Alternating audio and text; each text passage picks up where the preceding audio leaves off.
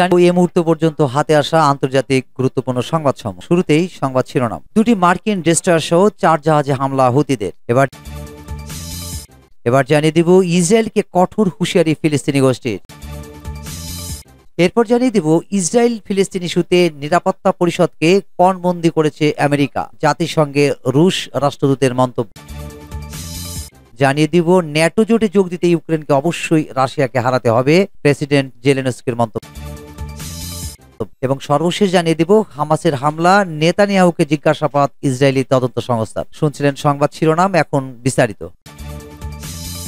দুটি ডিস্ট্রয়ার সহ 4 জাহাজে হামলা হুতিদের। ইয়েমেন ভিত্তিক বিদ্রোহী গোষ্ঠী হুতি আন্দোলন লোহিত সাগরে সাইক্লেটস এবং ভারত মহাসাগরে MSC ওরিয়ন নামে দুটি বাণিজ্যিক জাহাজে হামলা চালিয়েছে। গোষ্ঠীর মুখপাত্র ইয়াহিয়া সারিয়া এ তথ্য জানিয়েছেন। মুখপাত্র যোগ করেছেন যে হুতি যোদ্ধারা লোহিত সাগরে দুটি মার্কিন ডেস্ট্রয়ারের উপরেও ড্রোন হামলা চালিয়েছে। তার মতে হিটগুলো তাদের লক্ষ্যে পৌঁছে। গাজা উপত্যকায় ফিলিস্তিন ইসরায়েল সংঘাত বৃদ্ধির পর হুতিরা হুঁশিয়ারি দিয়েছিল যে তারা ইহুদি রাষ্ট্রের সাথে যুক্ত জাহাজগুলোকে লোহিত সাগর এবং বাব এল মানদেব প্রণালীর মধ্য দিয়ে যেতে বাধা দেবে। ফিলিস্তিনি স্বাধীনতাকামী দল হামাসের বিরুদ্ধে ফিলিস্তিনি ছিটমহলে অভিযান চালাচ্ছে তেল আবিব। এর জবাবে গত নভেম্বর থেকে হুতিরা লোহিত সাগর এবং এডেন উপসাগরে কয়েক ডজন বেসামরিক জাহাজে হামলা চালিয়েছে। সূত্র তাস।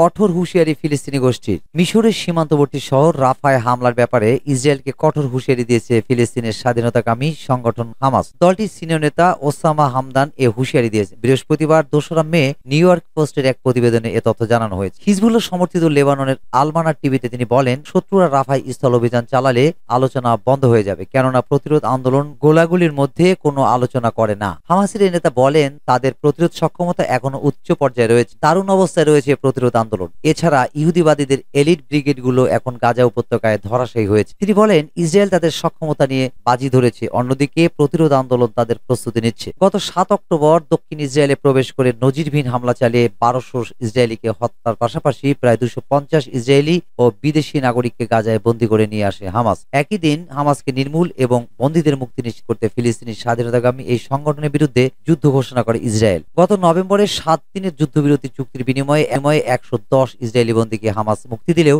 এখনো তাদের হাতে শতাধিক বন্দী আছে। অন্যদিকে গাজার স্বাস্থ্য মন্ত্রণালয় জানিয়েছে, গত 7 অক্টোবর থেকে গাজা উপত্যকায় ইসরায়েলি হামলায় নিহতের সংখ্যা 34,000 ছাড়িয়ে গেছে। তাদের অধিকাংশই নারী ও শিশু। এছাড়া এ পর্যন্ত 77,000-এরও বেশি মানুষ আহত হয়েছে। বর্তমানে গাজায় যুদ্ধবিরতি এবং ইসরায়েলি জিম্মিদের মুক্তি নিশ্চিত করতে হামাস ও ইসরায়েলের মধ্যে আলোচনা চলছে। এতে মধ্যস্থতা করছে কাতার, মিশর ও যুক্তরাষ্ট্র। রমজানের আগে এই চুক্তি আলোচনায় অগ্রগতি হলেও এখন দুপক্ষের মতবিরোধের কারণে তা স্থবির হয়ে পড়ে আছে। কাতার ও মিশরের কর্মকর্তারা জানিয়েছেন, অবশিষ্ট জিম্মিদের মুক্তির জন্য দ্বিতীয়বার যুদ্ধবিরতির জন্য হামাস ও ইসরায়েলের যুদ্ধকালীন মন্ত্রিসভার কাছে প্রস্তাব পাঠানো হয়েছে। তবে হামাস প্রতিবারই স্থায়ী যুদ্ধবিরতি দাবি জানিয়ে আসছে। এছাড়া তারা গাজা থেকে ইসরায়েলি সেনাদের সম্পূর্ণ প্রত্যাহারের দাবি করেছে। হামাসের এমন কঠোর প্রস্তাবের কারণে যুদ্ধবিরতির বিষয়ে কোনো সাড়া দেয়নি ইসরায়েল। দুপক্ষের মতানৈক্যের অবসান ঘটাতে গত বৃহস্পতিবার ইসরায়েল সফর যায় মিশরের একটি সরকারি প্রতিনিধি দল। এছাড়া একই দিনে হামাসের কাছে থাকা জিম্মিদের মুক্তির জন্য গোষ্ঠীটির প্রতি আহ্বান জানিয়ে যুক্তরাষ্ট্র, যুক্তরাজ্য সহ 17টি দেশ চিঠি দেয়। বৃহস্পতিবার চিঠির প্রতিক্রিয়ায় হামাস নেতারা বলেন, তারা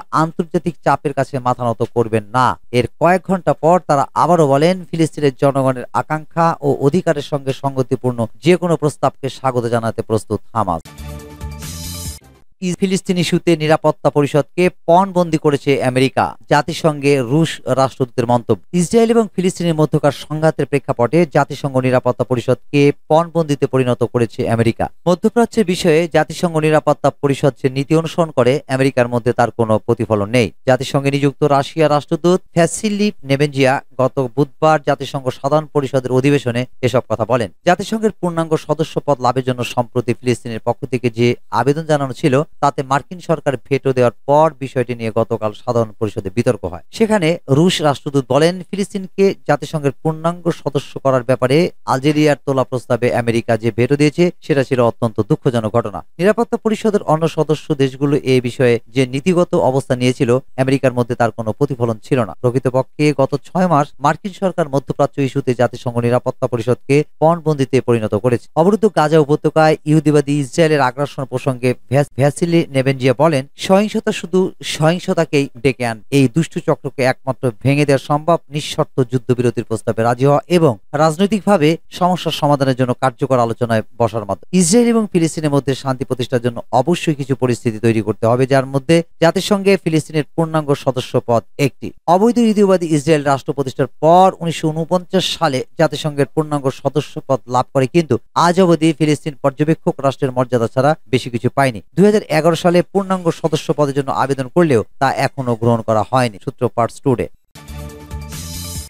নেটো যোগ দিতে ইউক্রেনকে অবশ্যই রাশিয়াকে হারাতে হবে, প্রেসিডেন্ট জেলেনস্কির মন্তব্য। ইউক্রেনের প্রেসিডেন্ট ভলোদিমির জেলেনস্কি বলেছেন, তার দেশ যদি মার্কিন নেতৃত্বাধীন নেটো জোটে যোগ দিতে চায় তাহলে ইউক্রেনকে যুদ্ধক্ষেত্রে অবশ্যই রাশিয়াকে হারাতে হবে। এরই মধ্যে নেটো জোট স্পষ্ট করেছে যে রাশিয়ার সাথে যুদ্ধ চলা অবস্থায় ইউক্রেন এ জোটে যোগ দিতে পারবে না। রাজধানী কিয়েভে সামরিক কর্মকর্তাদের সাথে এক বৈঠকে জেলেনস্কি আরো বলেন, আমি মনে করি আমরা বিজয়ী হলেই কেবল নেটো জোটে যুক্ত হতে পারবো, তবে আমি মনে করি না যুদ্ধ চলাকালীন আমরা নেটো সদস্য হতে পারবো। ইউক্রেনের প্রেসিডেন্ট বিষয়টি ব্যাখ্যা করে বলেন, 32 জাতির এই জোটে প্রবেশ করতে হলে সর্বসম্মত অনুমোদনের প্রয়োজন হবে, কিন্তু যুদ্ধের মধ্যে কোনো সদস্য দেশ ঝুঁকি অনুভব করে অনুমোদন দেওয়া থেকে বিরত থাকতে পারে, আর কিছু কিছু দেশ দ্বিধাদ্বন্দ্বের মধ্যে থাকবে। সেক্ষেত্রে নেটো জোটে ঢুকলে আমাদের বিজয় প্রয়োজন। 2022 সালে নেটো জোটের সদস্য হওয়ার জন্য ইউক্রেন আবেদন করেছে, কিন্তু এ পর্যন্ত দেশটিকে সদস্য করা হয়নি। জোটের মহাসচিব ইয়েন্স স্টলটেনবার্গ বলেছেন, একদিন ইউক্রেন নেটো জোটের সদস্য হবে। সূত্র পার্টস টুডে।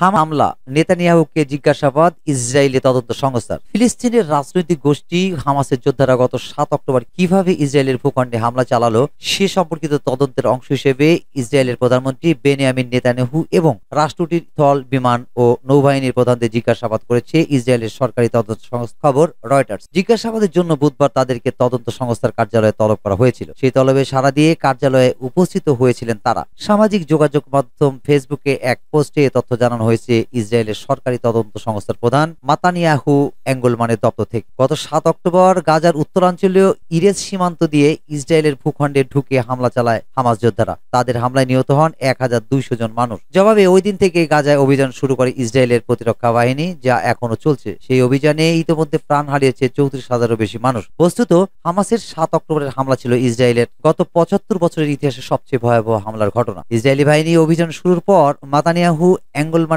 বলেছিলেন, হামাস কিভাবে এত বড় একটি হামলা ঘটাতে সক্ষম হলো তা তদন্ত করতে চায় তার দপ্তর। তিনি আরো বলেছিলেন, হামলার সঙ্গে সংশ্লিষ্ট প্রতিটি ঘটনা ও বিষয় যাচাই এবং বিশ্লেষণ করা হবে। পরে ডিসেম্বরে এক সংবাদ সম্মেলনে এঙ্গলম্যান বলেন, প্রাথমিক অনুসন্ধানে তার দপ্তর এই মর্মে নিশ্চিত হয়েছেন যে ইসরায়েলের নিরাপত্তা ব্যবস্থার বহুমুখী ব্যর্থতা ও গাফিলতি এই হামলার ভয়াবহতা বৃদ্ধির জন্য দায়ী। 2024 সালের জানুয়ারি থেকে এই ইস্যুতে আনুষ্ঠানিক তদন্ত শুরু করবেন তার দপ্তরের কর্মকর্তারা। বুধবারের ফেসবুক পোস্টে এঙ্গলম্যানের দপ্তরের পক্ষ থেকে বলা হয়েছে, যুদ্ধের 6 মাস ইতিমধ্যে পেরিয়ে গেছে। এই যুদ্ধের জন্য যারা দায়ী তাদের কাছ থেকে এ সম্পর্কিত ব্যাখ্যা জানার অধিকার ইসরায়েলের জনগণের রয়েছে। রাষ্ট্রীয় তদন্ত সংস্থার প্রধান জনগণকে সংক্রান্ত বিশদ তথ্য দিতে প্রতিশ্রুতিবদ্ধ। এদিকে মাতানিয়াহুর দপ্তর থেকে বুধবারের ফেসবুক পোস্টের প্রতিক্রিয়ায় একটি বিবৃতি দেওয়া হয়েছে নেতানিয়াহুর দপ্তর থেকে। সেই বিবৃতিতে বলা হয়েছে, তদন্ত কর্মকর্তারা যেসব প্রশ্ন করেছিলেন সেসবের প্রতিটির পুঙ্খানুপুঙ্খ জবাব দিয়েছেন প্রধানমন্ত্রী।